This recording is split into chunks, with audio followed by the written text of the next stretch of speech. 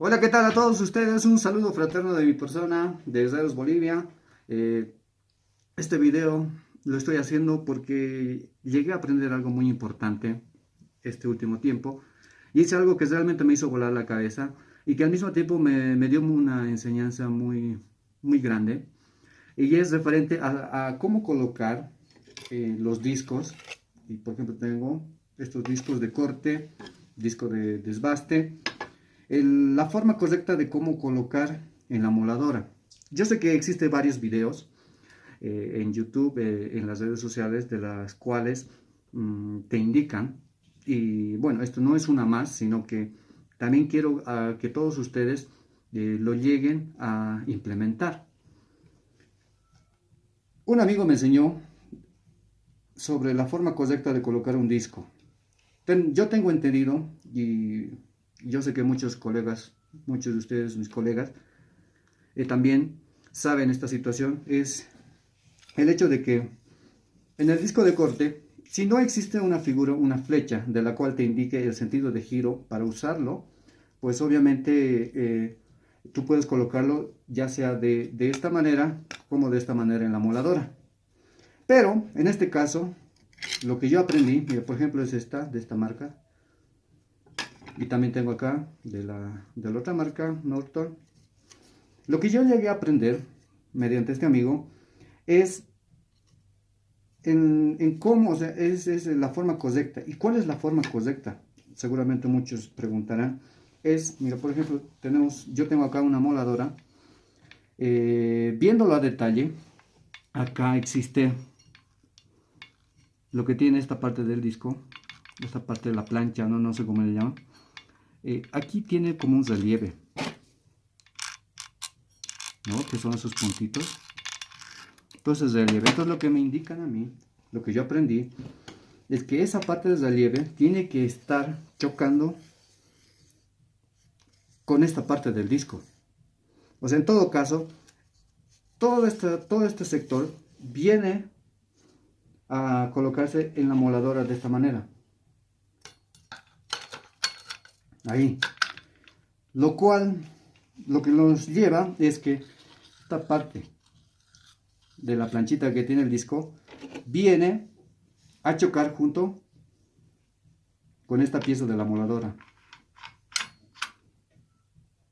Prácticamente esta sería la forma correcta de colocar el disco. En el caso de que no tenga una flecha que te indique el sentido de giro del uso correcto eh, para la moladora.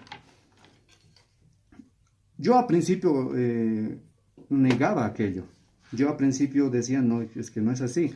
Esta la puedes usar a cualquier lado, o sea, no interviene, no influye en nada. Pero cuando me empezó a explicar que por eso las piezas que se fabrican o las piezas que tienen las herramientas, o sea, es para un uso específico. Entonces, teniendo ese detalle, pues yo dije, claro, o sea, tiene sentido, porque esta parte es rugosa. Y no solamente en esta, sino también en esta. Esta parte es rugosa, entonces esa queda calzando perfectamente ahí. Y obviamente la pieza que es del ajuste de la moladora, como esta parte es lisa, pues obviamente queda perfecto a esta parte del disco. Me hizo volar la cabeza, me hizo pensar mucho, hasta llegar al punto de decir, ya estando acá en el taller, pues dije, si es así realmente, entonces tiene que ser lo mismo con el disco de desbaste, que obviamente es que es más, a diferencia del disco de corte, que este es más delgado, ¿no? En comparación de este.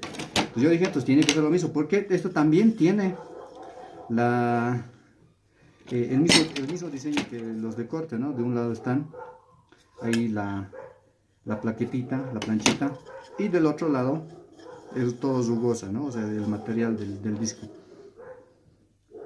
Cabe mencionar que yo, desde que empecé a manejar las herramientas, los discos, o sea, empecé a trabajar de esto, siempre yo lo colocaba esta parte, o sea, esta parte donde se ve la plaquetita directamente al disco, ¿no? Hacia la moladora. Y esta parte, pues, queda hacia adelante.